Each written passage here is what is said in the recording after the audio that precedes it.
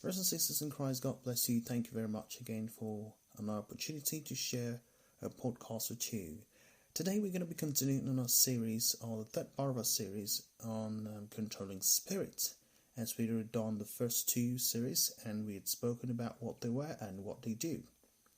And I thought I should go into a little bit of details on how demons or controlling spirits, which are effectively the same things, get to gain interest into your life. But before that, I would like us to do a little bit of breakdown. I already explained the origin of demons, and I did say that demons are a hybrid between man and the fallen angels, and they seek to live in human beings in order to fulfill their lusts, also exercise their authority in a man. And I also did explain that when they reside in you, they want to control you. And demons primarily reside in the soul of every man, because the soul is the intermediary or the middleman between your flesh or your body and your spirit. I said your spirit is what makes you communicate with God. Your spirit is what keeps you alive.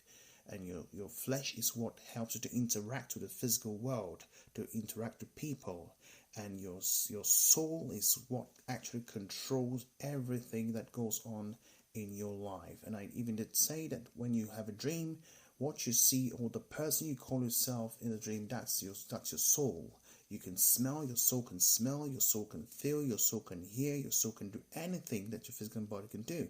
As a matter of fact, the reason your physical body is able to have all the senses is because your soul is active. If your soul is not in your body, then you will not be able to do all of the same. That's when you're considered dead. But today we're going to be focusing more on how demons get to enter an individual in the first place. Now, before I get to that, I'd like to let you know that demons carry out three major things in your life. Number one, they manipulate. Two, they intimidate. And three, they control. They manipulate, they intimidate, and they control. But before we get to that, let's go back to what I'd already spoken. I did mention to you the last time that there is a formula, a very simple formula that demons do use, or controlling spirits do use to get to control an individual. Now, I did say it was SWOT analysis, like I had already mentioned that SWOT stands for strengths, weakness, opportunity, and threats. Now, I'm going to do this in a very simple way. Let's say demons have seen a sister called Jane. Now, Jane is a girl who goes to church. She's God-fearing, very prayerful. She does everything a normal Christian would do. And a demon wants to attack her, wants to enter into her life, but they can't because she has this barrier which blocks them from entering her life. So what do? They carry out the SWOT analysis. The first thing they do is they find out Jane's strengths. So the demon wants to get into Jane. It says, what are the strengths of Jane? So they start their research. Now, we know Jane is a prayer warrior. She prays a lot. Okay. We know that Jane fasts a lot. She loves to fast. Okay. So they've taken note of those two things. Now, the next thing they do is to check her weaknesses. What are the weaknesses that Jane has? They realize Jane has a problem. And what's that? Anger. Alright. Oh, so Jane has got a problem with anger. Okay. The next thing she has is low self-esteem. Alright. Beautiful. Okay. That is noted. Then the next is they find out the opportunity which they could use to attack Jane. And then they also find out the threats.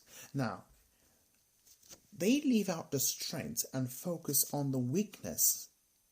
Now, they know, the demon knows that Jane has got a problem with anger and a problem with low self-esteem. So because the demon knows that you have that problem or those two problems, they focus the center of attack on those two things, on anger and low self-esteem. So once they've identified that area, what do? They now look for an opportunity to make you angry or to touch your self-esteem. So in terms of anger, what do? They would go and manipulate somebody who's around you to find out people who have access to you or to Jane and manipulate So the people will be your immediate relatives, or your mother, your father, your mom, or whoever it is.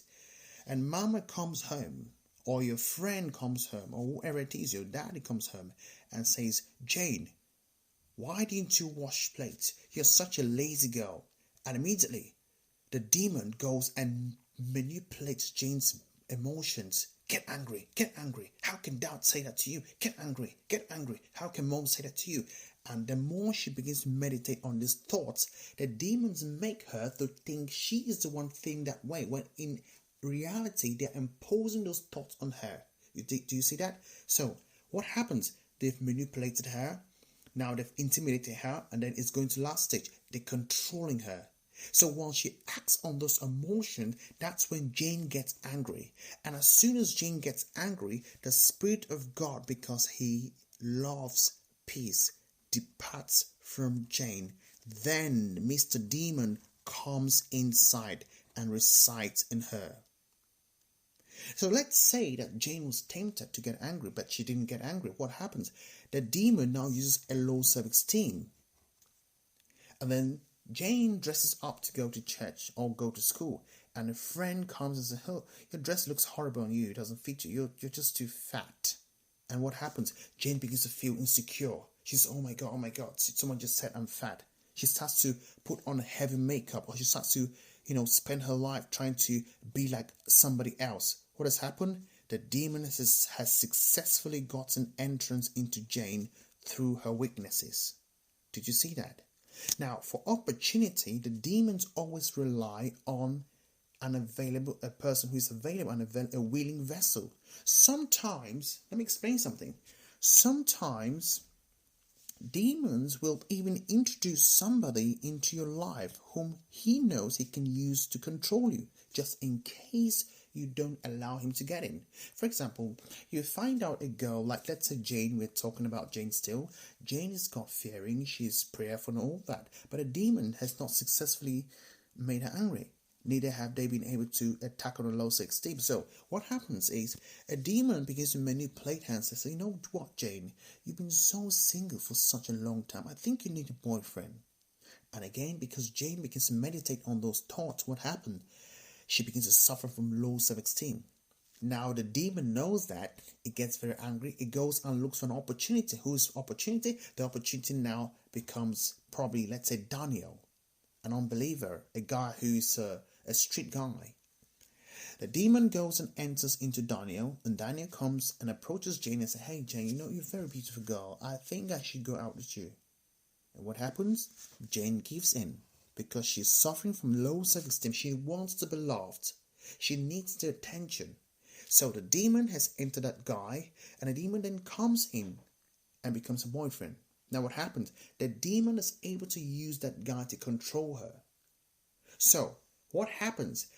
After that stage, the demon goes to the last stage of threat. It checks the threat. Okay, now I've gotten this guy who's an unbeliever to get a hold on this girl. Who are the threats that could be a threat to us? Now, the biggest threat, Jane's pastor, because obviously Jane's pastor is going to be praying for her, or maybe God is going to show some secrets to him and things like that, and she's going to be set free. Other Christians, believers, church members. So what does the demon do? The demon gradually tries to start cutting off Jane from these people. So the boyfriend then comes and says, look, I think you're talking a lot to your pastor. You have to cut down the amount of time you talk to your pastor. I think you're talking a lot with other believers in your church. I think you have to stop going to church. No, last week you went to church. You have to stay home with me today. Do you see that? So the demon is using Daniel as a vessel to cut off Jane from all of his people that he knows that could be a vessel which God would use to disconnect her. So one of the ways demons do attack you is by disconnecting you from people that God could use to set you free, or to make you free rather. And so when you see people that try to cut you off from the presence of God, that's a warning sign. You need to be very careful. You need to watch out. You need to know that the devil is out for business. So that's the way demons get into individual. So when they come inside of you, they study you, They find out about the weaknesses, they find out about opportunities, they find out about the threats. Now, you also have to know that the devil can also control you by your strengths. For example, he could prey on your strengths. This is one area that the devil always tried to play tricks on me when I wasn't strong yet in the Lord. What would he do? He knew that he doesn't need to bother Elvis with, smoking, immorality, anger, pride, and all that. He knew that he's not going to bother me about those things because he knew that, in fact, let me tell you, Satan will not tempt you with things he knows you're not likely to fall in. But what did the devil do? I'm using myself as an example. Now, when I got to become a friend of God, I used to study and learn so much from God. And I got to know so much that it made me spiritually, I can say, proud. So Elvis got to a point that he thought he knew the Bible to such an extent he did not need to carry the Bible to church. So when the pastor is preaching or says, open the book of Matthew chapter 5 and verse 1, Elvis would immediately start quoting from his head. And he went up to the mountain and sat. When his disciples came up to him, he opened his mouth and told them, saying, blessed the poor in spirit. So I was quoting the scriptures from my head. So when the pastor would say, open to this chapter and verse, Elvis already knows in his head. So it got to a certain point, I felt like, listen, I don't even need to carry my Bible anymore, because I know everything in the Bible. You see, I wasn't wrong, but that was not right. That is spiritual pride.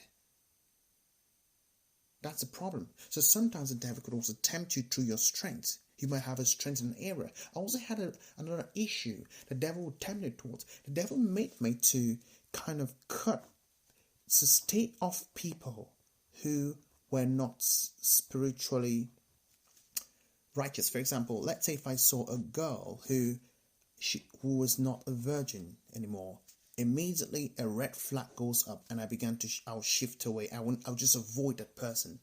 But that was wrong, because by doing that, I was thinking that I'm being, a friend of God, but not failing to understand that God is a loving God. He accepts everybody and receives everyone. So I was trying to keep one law while breaking the other law.